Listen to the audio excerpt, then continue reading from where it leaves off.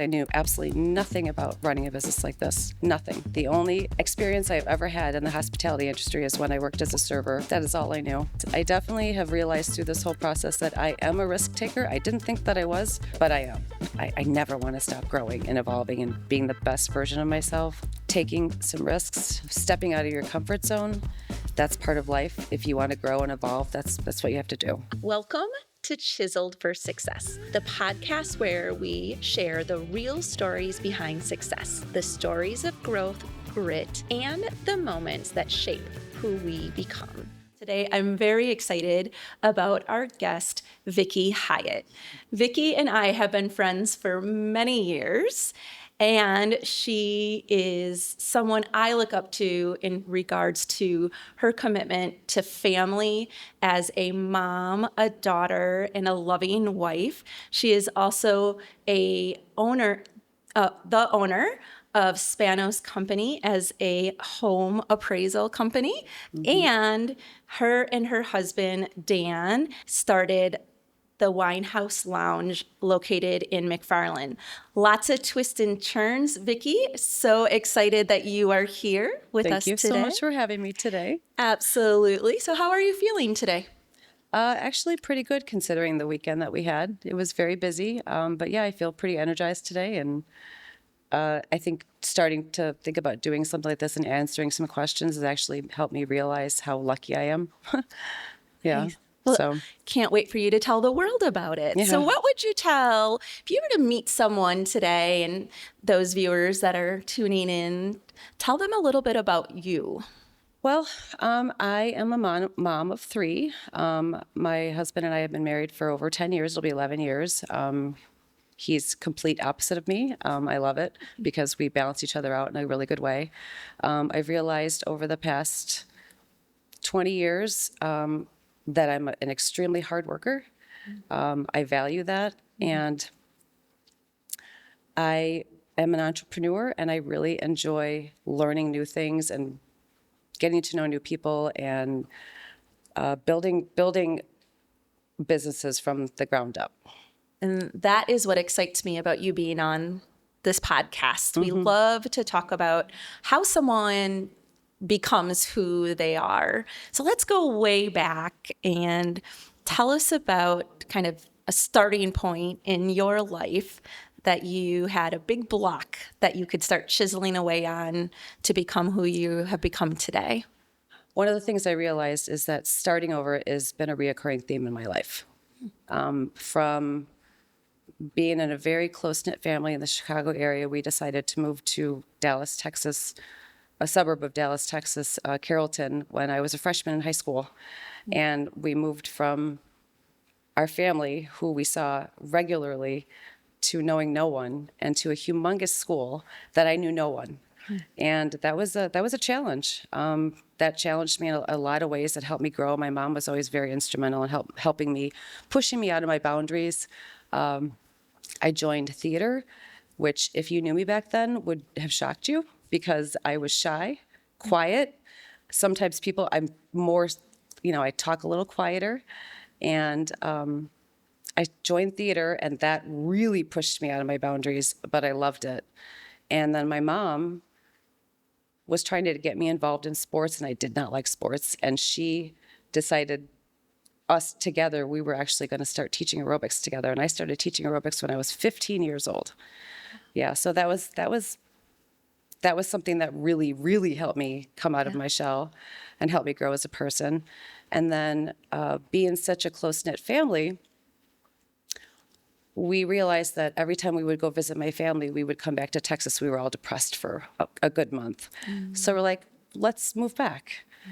But unfortunately, that was during not a great time in the real estate area, or real estate section in anywhere, but especially in Texas. And it took a lot longer to sell the house. And we moved back to the Midwest as close as my dad found a job in Madison. And we moved to McFarland my senior year, in October of my senior year. So I had to leave all of my friends and come into this much smaller school that I was not happy about. And I realize now how grateful I am that we moved to Texas, and how grateful I am that we moved to McFarland, and how much really that helped me grow as a person and really got me out of my comfort zone. Yeah. So, and now I have really great friends here in McFarland. Yeah. So, What a great reflection. And when you think about the freshman year being taken into a very large school and you and your mom starting to teach aerobics together, what is a principle that you learned then that you have carried with you on your journey?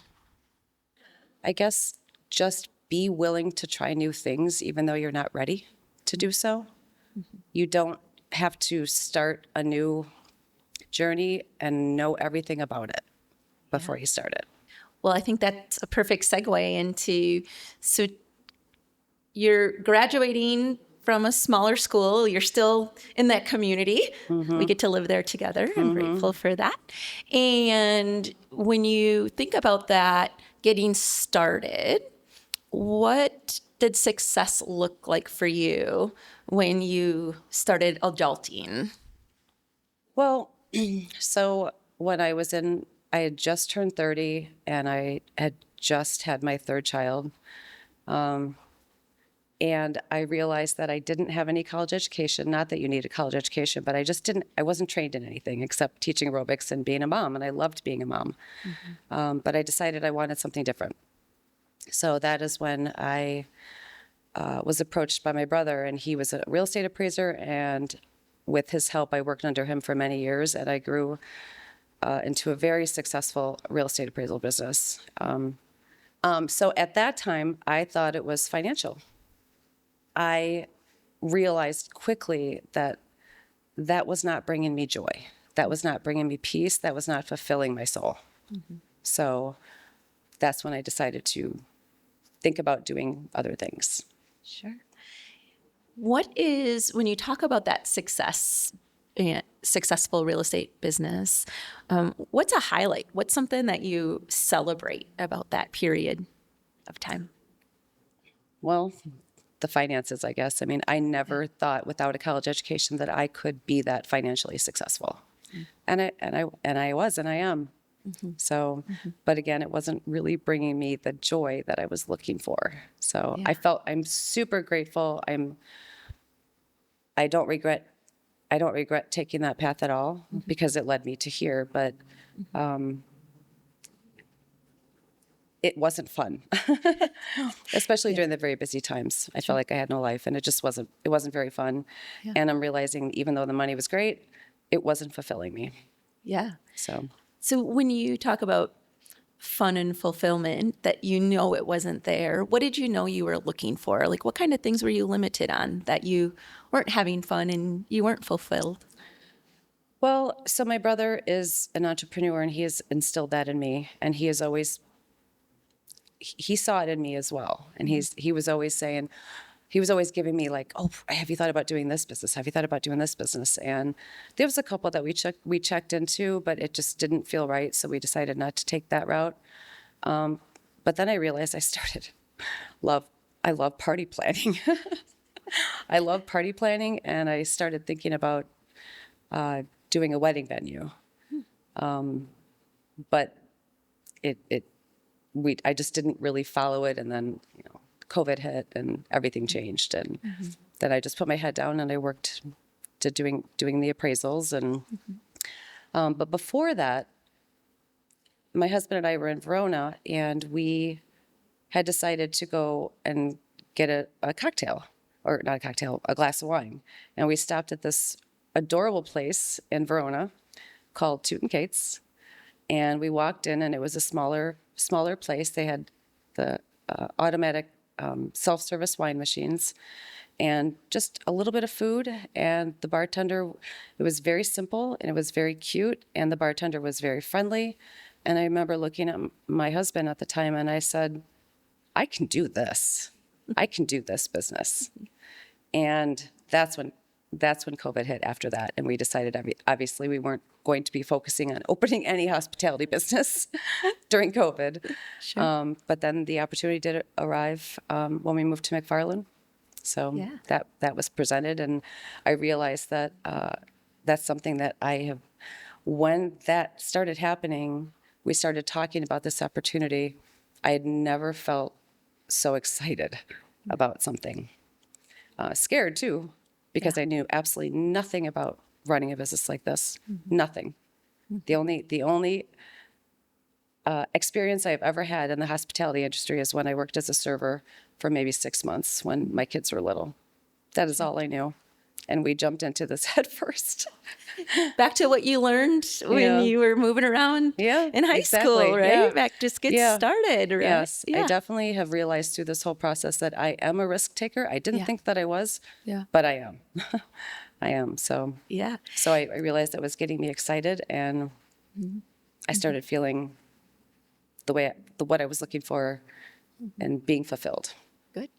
You don't typically describe yourself as a risk taker, Right. but you're starting to recognize that you are and you have been. So, where has taking risks served you very well? Well, I mean, I think one of the biggest risk is starting the WineHouse Lounge and not knowing anything about this. Even writing a business plan, we had no idea how to do that. And we started taking the steps and learning how to do it. And we took a class at the UW Small Business Administration. I think, I can't remember, it was SBDC.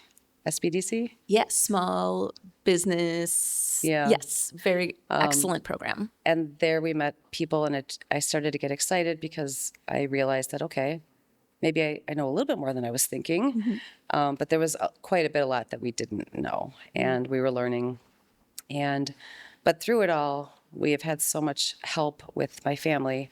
My brother Brian is a huge risk taker, and he has had many years in building his business. And through him and his wife and my parents and my other brother, they've all helped kind of fill the gaps where we don't have time to really dive into and excel at yet. Sure. So, And where has I think it's really good to let people know that not every risk we take works out. right. Yeah, no. And No. so share a risk that you've taken that you had some good learnings from that maybe didn't work out.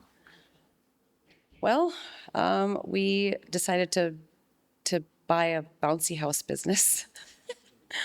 Luckily, we did not take the full risk, but we definitely took a loss on it. We thought it would be a great business. It's one of the big bouncy houses that you would take around to birthday parties and fairs. And we bought a truck, and we realized at the last minute, we're like, yeah, I don't think this is right for us. I couldn't even come close to moving one of these by myself. And the amount of effort and energy that we would have to put into it just didn't really make sense. But we had already bought a truck, so we took quite a loss on that truck because we didn't realize at the time, but the truck was a complete lemon, and we lost a lot of money on that truck. But yeah, I mean, Yeah. I haven't had too many big disasters in my life, but other than, my marriage. But Sure. I don't know if I wanted to touch on that at all. So you were pursuing this. I mean, you even had some money invested, and then you decide not to do it. Right. So out of curiosity, kind of what do you feel like was really important and how you showed up to let that go? I think when it was keeping me, well, a lot of things keep me up a lot, but when it was waking me up in the middle of the night and I was just listening to my gut telling me this isn't the right move for us. I think that's pretty common. You can feel that in any new adventure that you do. But when you feel it to the point where you feel it enough, then you have to listen to it and you realize it's not the right step. So that was helpful for me to say, to go to my husband and say, I don't think this is the right move for us. Sure. Yeah. Yeah, that good old head, heart, and gut check is one thing that I always say has a very important play in our decision making. And so as you have taken these twists and turns, how have you developed as a individual person that's contributing well to the professions that you're navigating? I think one of the things that I've realized is that I don't have to accept only one version of myself. I'm realizing that evolving and growing, I never want to stop growing and evolving and being the best version of myself. Takes a lot of work to do that, but I think that's one of the things that is keeping me going and giving me energy. Is that your question? You did. You got Okay. it. Yeah. So when you think about being your best, what are some things that you have on your big old vision board of when Vicki's at her best? When things are balanced.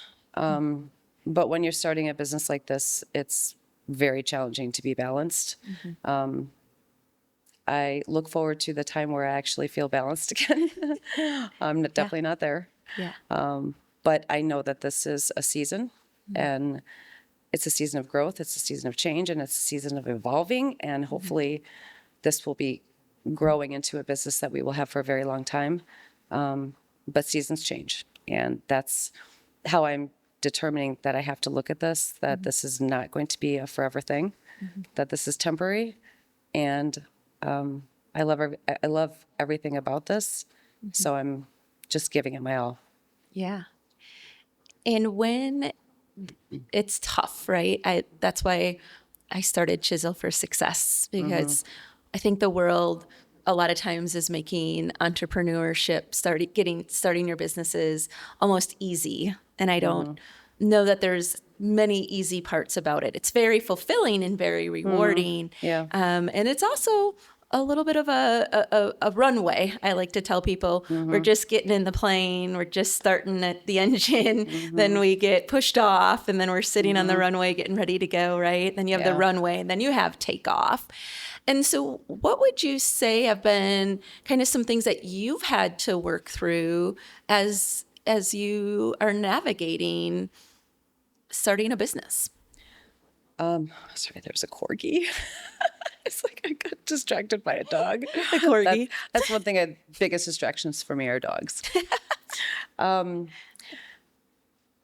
So one of the things I think that I am working the most on is changing how I do my daily routine. I am not a super organized person, and I'm working at being more organized and having a to-do list and checking off my to-do list. And but one of the things that I realize that is helping me the most is learning how to manage my team. That's something that I'm realizing is it is a crucial step in a successful business. So Yeah, the people piece of, right? When we're no longer just managing ourselves is hard enough. So managing systems and teams, leading the teams I pretty much managed myself for the past 23 years with the real estate appraisal business, because it's just me and a couple other people, but now it's a whole team, and it can be very challenging. But I was brought to tears a little bit this morning. Yesterday was a really tough day at the WineHouse. It was great, very fulfilling in ways, but it was also emotionally draining, dealing with some issues at the WineHouse, and with the amount of people that we had and the staff that we did not have over the weekend because they called in. It made it just a really challenging weekend. Yeah. And I was texting one of my employees yesterday, and I was dozing off, and I didn't see her text until this morning because I was so tired. And she wrote me she wrote me a very long text telling me how much she appreciates me, how much she looks up to me, how hard she sees I'm working, and she really appreciates everything that we're doing. So it was it was a very positive thing after a tough weekend. Yeah. So That's words of affirmation, and they mean a lot Yeah. to a business owner They because you don't do. hear it a lot, Yeah. right? yeah, and you're that's what always, she said. I yeah. know you don't really hear this from us a lot, but I really appreciate you. Yeah. So Yeah. And that's the second time that working hard has come up. And I know there's some ideas in the world that we don't always want to be doing the grind. It's, the hard work maybe is sometimes driving some burnout or some on balance, as you talked about being important. And then there's this part that working hard or, always being kind of what I like to say progressing forward, maybe not to perfection, right? But 1% better, working hard contributes to that. And it is still an important piece. So someone who said, you've recognized that you've kind of always worked hard, and then you even had a team member recognize you for working hard. Tell us about what your working hard definition is. Well, I guess I look back at myself when I was a child and teenager, and I didn't really work that hard. I didn't put in the effort, and I always kind of looked down on myself on that. I always thought maybe I wasn't that smart, or why didn't I do that? And then I don't know what changed in me when I when I was in my late 20s, but everything just changed, and I decided that I was going to do stuff different. I don't think I had a thought that I was going to do it different. I just started doing it different.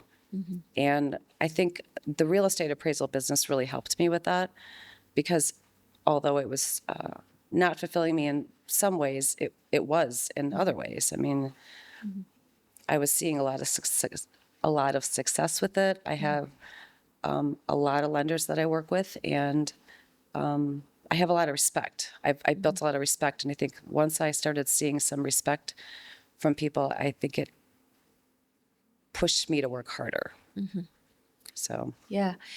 And so does working harder to you mean like longer hours, or does it mean focusing in on quality? Does it mean great customer service? Like, what would you put in that bucket of working hard? doing the appraisal work, I think it was working longer hours, and I realized that's not a way to live your life.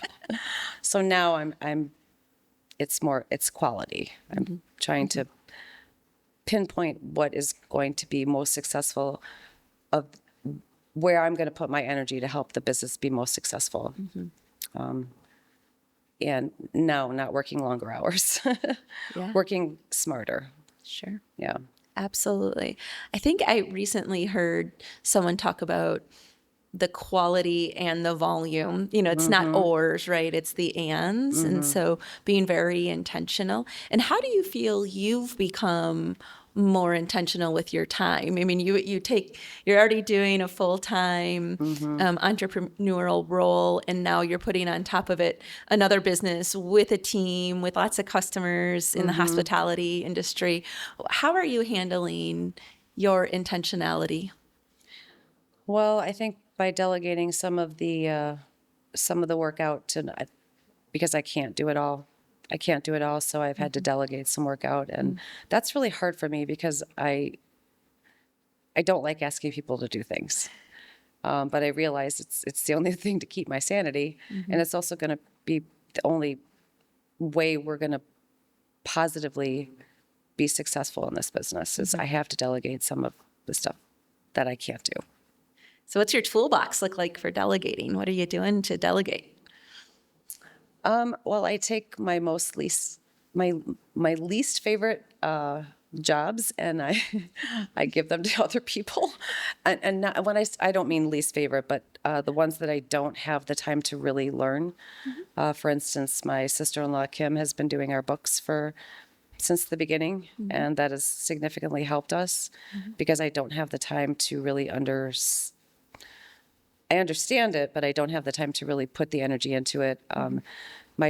One of my bartenders and my managers, Ellie, and also my daughter, she's taken off the scheduling for me, so she's doing the scheduling.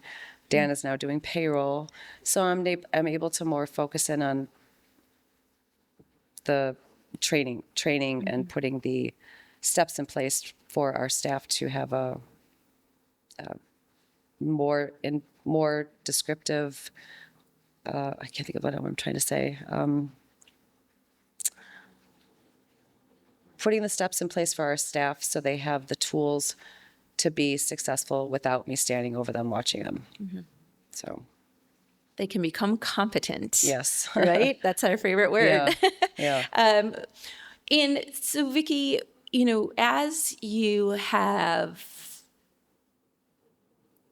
navigated the season, and you're talking about, like even now, like I'm learning how to delegate, but I never really asked for help, right? And this is difficult for me.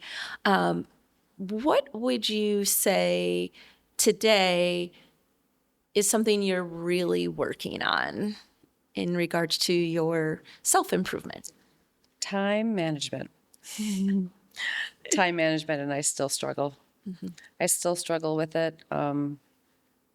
Time blocking, I'm really trying to be better at that, but it's something that it doesn't come naturally to me.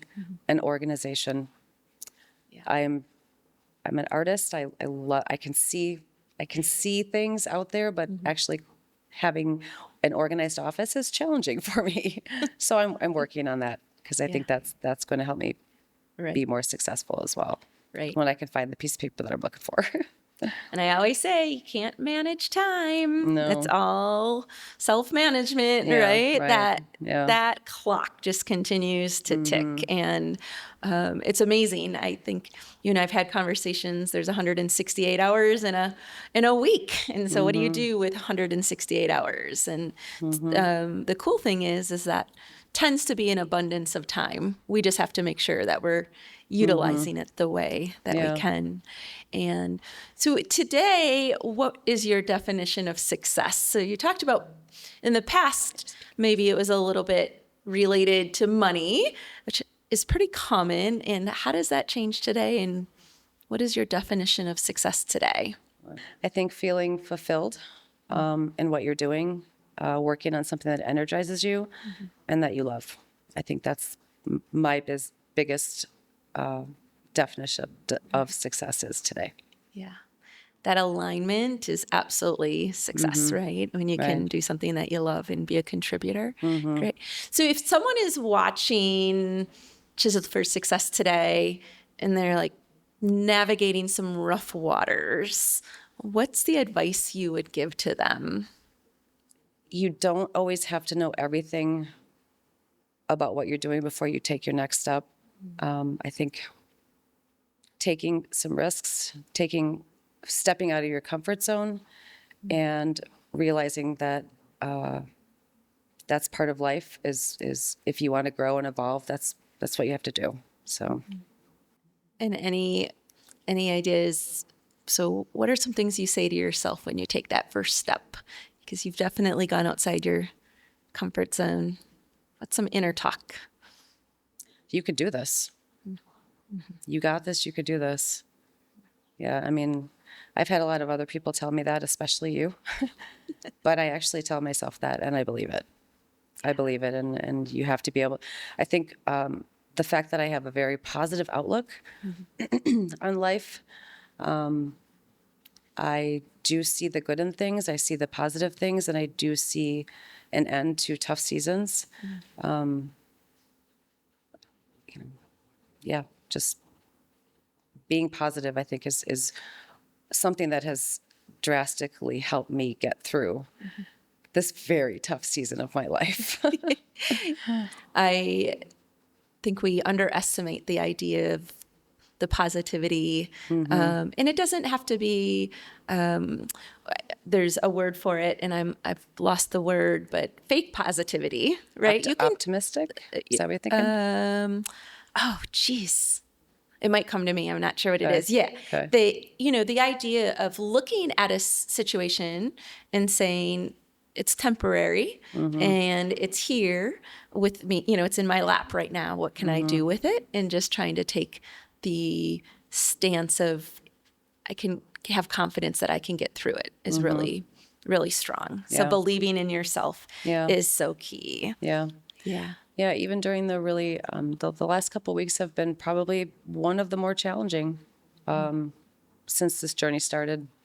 And I just keep telling myself, you'll get through it, and you can do this.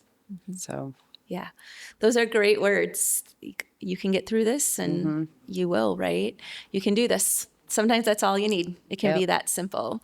Vicki, it was so fun having you on our podcast today. I really appreciate you sharing this journey and your vulnerability to share that it's not easy. it's not And, easy. and Yeah. yet you can still remain positive. Yeah. So Well, thank you thank for you being so here. much for having me. Thank you.